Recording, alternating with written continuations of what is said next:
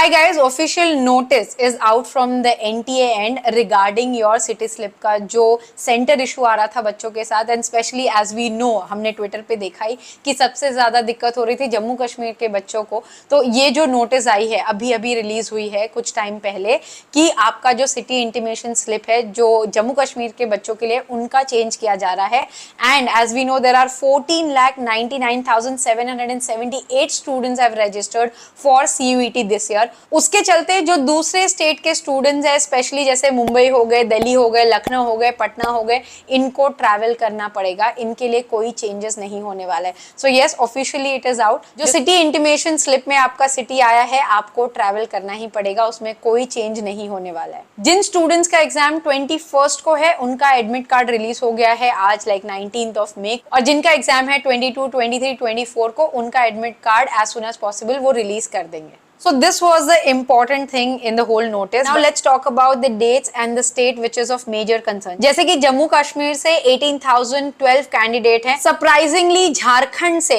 1,78,630 candidates are there.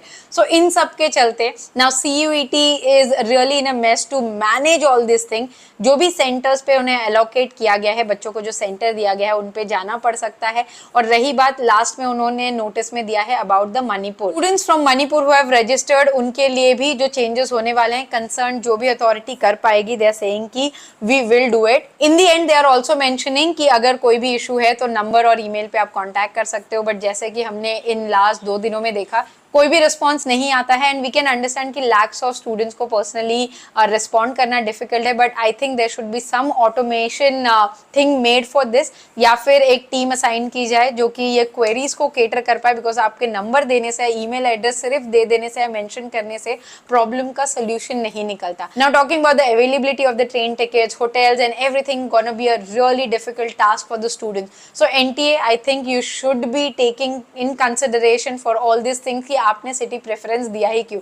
आप ज्यादा centre बना सकते थे एक पर्टिकुलर सिटी में, अगर आपको पता था कि इतने बच्चे आए हैं, रजिस्ट्रेशन आपने बहुत जल्दी क्लोज कर दी थी। और अगर एक सिटी से इतने बच्चे रजिस्टर कर रहे हैं so the most efficient way आपको ये करना चाहिए था कि आप सेंटर बढ़ा देते, नंबर ऑफ सेंटर्स, इतने कॉलेजेस हैं हर स्टेट में, हर सिटी में, और दूसरे सिटी में जाके और दूसरे स्टेट में जाके एक एग्जाम देना, एंट्रेंस एग्जाम, जबकि मल्टीपल डेट्स पे अगर एग्जाम हो तो it gonna be really a difficult task for students. So request to NTA that जितने भी बच्चों ने रजिस्टर किया है आप लोगों की मिस्टेक की वजह से I think half of the students will not be able to give their exam, because I don't think so every parent can afford the train ticket or the hotel stay or whatever this pressure is going on. So all the students will not be able to give CUET. Guys, will help you with the colleges who are taking your admission on the merit basis. You can try out those colleges. That is what I can say right now, because knowing India's population, जो कि government और NTA को भी पता होना चाहिए कि it is not about an entrance exam, it is also about the affordability, that can